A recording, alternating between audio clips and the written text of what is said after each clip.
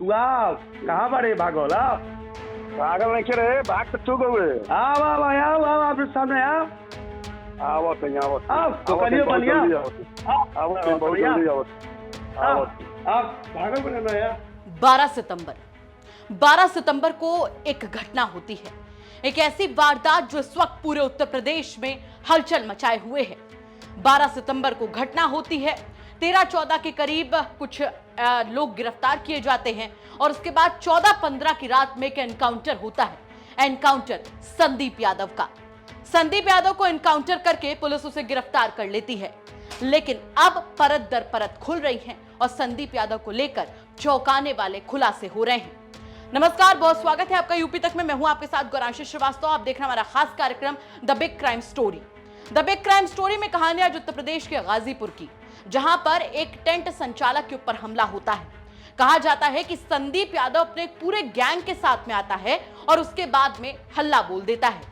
Tent संचालक किसी तरीके से अपनी जान बचाते हैं, अपने आप को बचाते हैं, लेकिन बाद में इसके मुख्य सरगना संदीप यादव का पुलिस एनकाउंटर करती है। एनकाउंटर की तस्वीरें सामने आती हैं, लेकिन बड़ी बात यहां पर यह होती है कि मंगेश यादव के बाद संदीप यादव के एनकाउंटर पर भी कई तरीके की बातें निकलकर सामने आने लगती हैं। लेकिन अब एनकाउंटर के बाद एक ऑडियो वायरल होता है, वही ऑडियो जो हमने आपको इस खबर की शुरुआत में सुनवाया। दरअसल संदीप यादव इतना मनबड़ अपराधी है कि वो अपने एनकाउंटर से ठीक पहले टेंट संचालक को धमकी देता है। ये धमकी आधी रात में दी जाती है। वो कहता है कि मैं तुम्हें देख लूंगा। गुस्से गुस्से में टेंट संचालक भी इस बात की तस्दीक कर देते हैं और इस बात को बोल देते हैं कि हाँ ठीक है, तुम आ जाओ, देख लेंगे। जिसके बाद पुलिस अगर एनकाउंटर नहीं करती, उसे गिरफ्तार नहीं करती, तो बहुत बड़ा खेल हो सकता था। पूरे मामले पर टेंट संचालक क्या कुछ कह रहे हैं वो सुनवाएंगे आपको, लेकिन ये पूरी घटना क्या है एक बार थोड़ा सा आपको बता देते हैं। दरअसल गाजीपुर में 12 सितंबर को दिन दहाड़े भावरकोल थाना के बसनिया ग्राम सभा की चट्टी पर गोलबंद हमलावरों ने एक टेंट संचालक पर हमला कर दिया, जिसका ग्राहक सेवा केंद्र भी है, और उसने यहां पर मारने की नीयत से हमला किया, जिसमें 2 दर्जन से ज्यादा मनबड़ हथियार बंद दबंगों ने फायरिंग की, पेट्रोल बम भी फेंके और मौके पर खड़ी गाड़ियों को भी क्षतिग्रस्त किया, जिसकी वहां लगे सीसीटीवी में बदमाशों की सारी करतूत रिकॉर्ड हो गई। इस पूरे मामले पर टेंट संचालक, दोनों भाई और उनके पिता क्या कुछ कह रहे हैं वो सुनवा देते हैं आपको। संदीप यादव जो हमारे गांव के रहने वाले हैं, बसनिया निवासी, और हम यहाँ अपने दुकान पे खड़े थे, हम और हमारे भाई वहाँ नीचे खड़े थे। भाई मेरा जो है कि सीढ़ी पे खड़ा था, और वो लोग अपनी संदीप यादव पूरी गैंग के साथ आए और गोलीबारी चालू कर दिए, पेट्रोल बम हमारे ऊपर फेंक करके, और लगातार फायरिंग करने लगे। हम वहाँ से भाग निकले और भाई जो है कि दुकान बंद करके अंदर हो गया। तो क्यों आप लोगों को मारना चाहता था? गुंडई राज दिखाना चाहता है। तो बोल रहे हैं कि पूरा 50% हम प्रशासन से खुश हैं, 50% से ठीक है, लेकिन वो पूरा इनकाउंटर में मार दिया जाए या फिर आजीवन कारावास जेल में रख दिया जाए, उससे हम लोग संतुष्ट रहेंगे।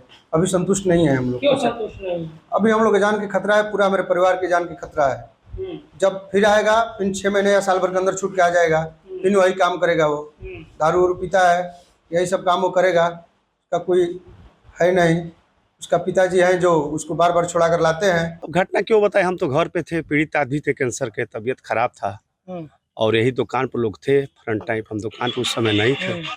अब पुराना कोई हम लोग, हमसे कोई रंजिश उनसे नहीं था। हाँ, तो क्यों आप लोगों के ऊपर हमला? वही जातिवाद दिखाना चाहता है कि यादव वर्ग में जसस्व रहे, एक नंबर पर हम बाहुबली रहे, हमारे आगे कोई नहीं रहे। जब से जेल से आता है, जब यही काम करता है, जब जेल में रहता है तो मामला शांत हमेशा रहता है, कोई दिक्कत नहीं होता। वही इस पूरे मामले पर पुलिस का क्या कुछ कहना है वो भी सुन लीजिए आप। कि दिनांक 12 सितंबर 2024 को थाना भावरकोल के अंतर्गत पड़ने वाले ग्राम बसनिया में 2 पक्षों में पुरानी रंजिश को लेकर एक पक्ष के द्वारा फायरिंग करने की बात प्रकाश में आई थी। प्रकरण को तत्काल संज्ञान में लेकर सुसंगत धाराओं में मुकदमा दर्ज किया गया था। प्रकरण में 191(2), 191(3), 190, 109, 352, 351(3) BNS में मुकदमा दर्ज किया गया था। मुकदमा दर्ज होने के उपरांत वांछित अभियुक्तों की तलाश पुलिस के द्वारा की गई थी। इसके उपरांत 14 सितंबर को मुकदमे से संबंधित 3 वांछित अभियुक्तों को थाना भावरकोल पुलिस के द्वारा गिरफ्तार किया गया था। अग्रतर अवगत कराना है कि दिनांक 14-15 सितंबर की मध्य रात्रि को थाना भावरकोल एवं थाना करीमुद्दीनपुर की संयुक्त पुलिस टीम के द्वारा एक मुठभेड़ में एक व्यक्ति को गिरफ्तार किया गया था, एक बदमाश को गिरफ्तार किया गया था। पूछताछ में जिसका नाम संदीप यादव पुत्र दिनेश यादव निवासी ग्राम बसनिया थाना भावरकोल निकल कर आया था। संदीप यादव उस 12 तारीख को हुई फायरिंग की घटना का मुख्य आरोपी था। संदीप यादव थाना भावरकोल का हिस्ट्री शीटर है। हमारे सहयोगी विनय सिंह इस बारे में पूरी जानकारी आप तक पहुंचा रहे हैं, वो सुनिए, उसके बाद हम इस कहानी का अंत आपको बताते हैं। गाजीपुर में बीते 12 सितंबर को एक गोलीकांड हुआ था। गाजीपुर के भावरकोल थाना क्षेत्र के बसनिया चट्टी पर संदीप यादव नाम के एक शख्स ने गोलबंद तरीके से एक टेंट संचालक जो ग्राहक सेवा केंद्र चलाते हैं उनके दुकान पर दिन दहाड़े हमला किया था और उसके बाद फरार हो गए थे। घटना पर जब पुलिस आई तो वहाँ पे जिंदा कारतूस और खोखे भी बरामद हुए थे। इसके बाद पुलिस ने पीड़ित शुभम पटेल के तहरीर पर मुकदमा दर्ज कर लिया था। मुकदमा दर्ज करने के बाद उनके ऊपर कार्रवाई हुई और 14 सितंबर को पुलिस ने 3 लोगों को गिरफ्तार किया। उसके बाद जो एक बात सामने आई कि शुभम पटेल के पिता रमेश सिंह पटेल लिखते हैं वो, उनके फ़ोन पर अभियुक्त संदीप यादव ने फ़ोन किया और उनको धमकी दी, जिसका कि ऑडियो रमेश पटेल जो शुभम के पिता हैं उन्होंने यूपी तक को मुहैया कराई। इसके बाद शुभम पटेल के पिता रमेश पटेल जब संदीप पटेल से बात किए तो सुबेरे का वो 10 बजे का समय था 14 तारीख को। उन्होंने तत्काल इसकी सूचना पुलिस को दी और पुलिस ने उसके बाद उस कॉल डिटेल को खंगाला और उस कॉल डिटेल को खंगालने के बाद उन्होंने उसकी लोकेशन ट्रेस की और 14/15 की रात में संदीप यादव का पुलिस से मुठभेड़ होता है और भावरकोल और करीमुद्दीनपुर की पुलिस औथही मोड़ है भावरकोल में, वहाँ पे उसको घेर कर उसका मुठभेड़ किया, जिसमें वो पुलिस के ऊपर फायरिंग करके भाग रहा था। जैसा कि सीओ ने बताया, पुलिस ने जो FIR दर्ज की उसमें संदीप यादव हिस्ट्री शीटर है। उसके ऊपर उस केस 12 सितंबर से पहले हत्या और पॉक्सो के साथ मिलाकर 7 मुकदमे हैं और दर्जन भर की आपराधिक धाराएं पहले से लगी हुई हैं। और इसके बाद पुलिस ने संदीप यादव और 6 लोगों के खिलाफ नामजद और 15 से 20 अज्ञात लोगों के ऊपर मुकदमा दर्ज किया है। पीड़ित परिवार का कहना है कि संदीप यादव को पकड़कर पुलिस उचित सजा दे, क्योंकि वो एक गंभीर किस्म का अपराधी है और क्षेत्र में अपना दबदबा कायम करने के लिए इस तरह की वारदात को अंजाम दिया। जरा सोच कर देखिए कि संदीप यादव के इरादे कितने खतरनाक थे।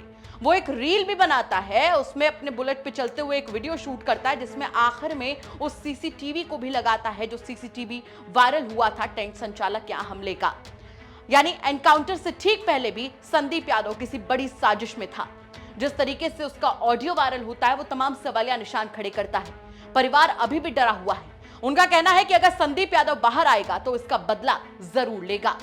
इस घटना के बाद कई सवाल खड़े होते हैं। सबसे बड़ा सवाल तो यहां पर यह है कि उत्तर प्रदेश में जहां पर लॉ एंड ऑर्डर के तमाम दावे किए जाते हैं, वहां पर अपराधी इतने मनबड़ हैं कि खुलेआम धमका रहे हैं। और उससे बड़ा सवाल यहां पर यह खड़ा होता है कि एनकाउंटर संदीप यादव का कर दिया गया, उसे गिरफ्तार भी कर लिया गया, लेकिन जब वो छूटेगा तो क्या परिवार को उससे खतरा रहेगा या फिर नहीं? इन तमाम सवालों के साथ आपको छोड़कर जा रहे हैं। साथ ही आपसे भी कहना चाहेंगे कि अगर आपके आसपास के इलाके में कोई ऐसी बड़ी घटना होती है जो कि क्राइम की एक बड़ी खबर बन सकती है तो हमें कमेंट करके जरूर बताइएगा। हम उसकी तह तक जाएंगे, उसके बाद में उसे खबर के तौर पर आप तक जरूर पहुंचाएंगे। नमस्कार।